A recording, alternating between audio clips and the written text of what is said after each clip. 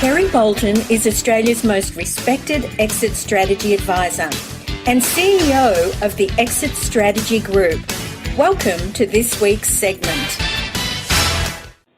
There was some great research just published by the University of Western Australia through their business school, and they interviewed 200 small businesses, mainly reflecting on what they were doing in terms of actively planning for their retirement.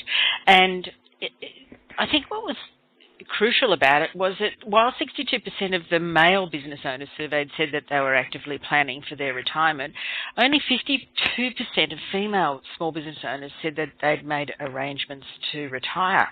And, you know, the scary thing that I saw in that particular article that was talking about the research was that small businesses are not required, of course, to put aside funding for retirement, and people will usually say that they're going to sell their businesses.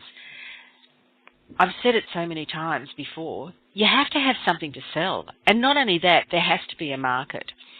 So we're facing a decade now where we have a whole lot of baby boomers who are looking ahead to retirement, and unfortunately 70 to 80% of their net worth is actually tied up in their businesses.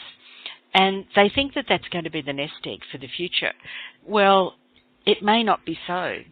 And unless you really actively plan your business to get it ready for sale, then you're not going to be able to stand out from the crowd.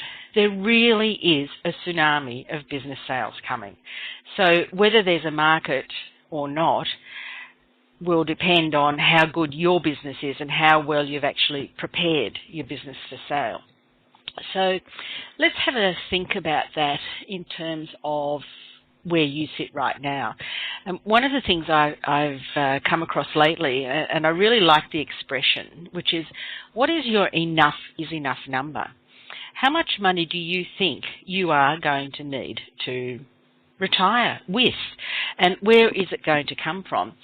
And I'm not a financial planner or an accountant, but I think a really good rule of thumb to use is that if you think that you're going to need $100,000 a year, for instance, to live on, then how can you earn that money from a capital sum? And in today's interest rate environment, if in fact $100,000 is what you're looking at, and that actually you can only earn 2 to 3% in what, and I use this term in quotes, might be considered a safe investing environment, then you're going to need a couple of $1 million minimum to be able to put aside as capital to be able to earn that sort of money. Now, where's that capital going to come from? And we've got a whole range of other discussions that we can go on to about that. But if in fact that capital is tied up in your business now, the most important thing that you can do right now for yourself and for the future is in fact to get your business ready so that it's managed for sale and transition for you, for yourself. If you don't have a copy of Kerry's new book, The Uncensored Truth About Exit Strategies, please visit freeexitstrategybook.com.au.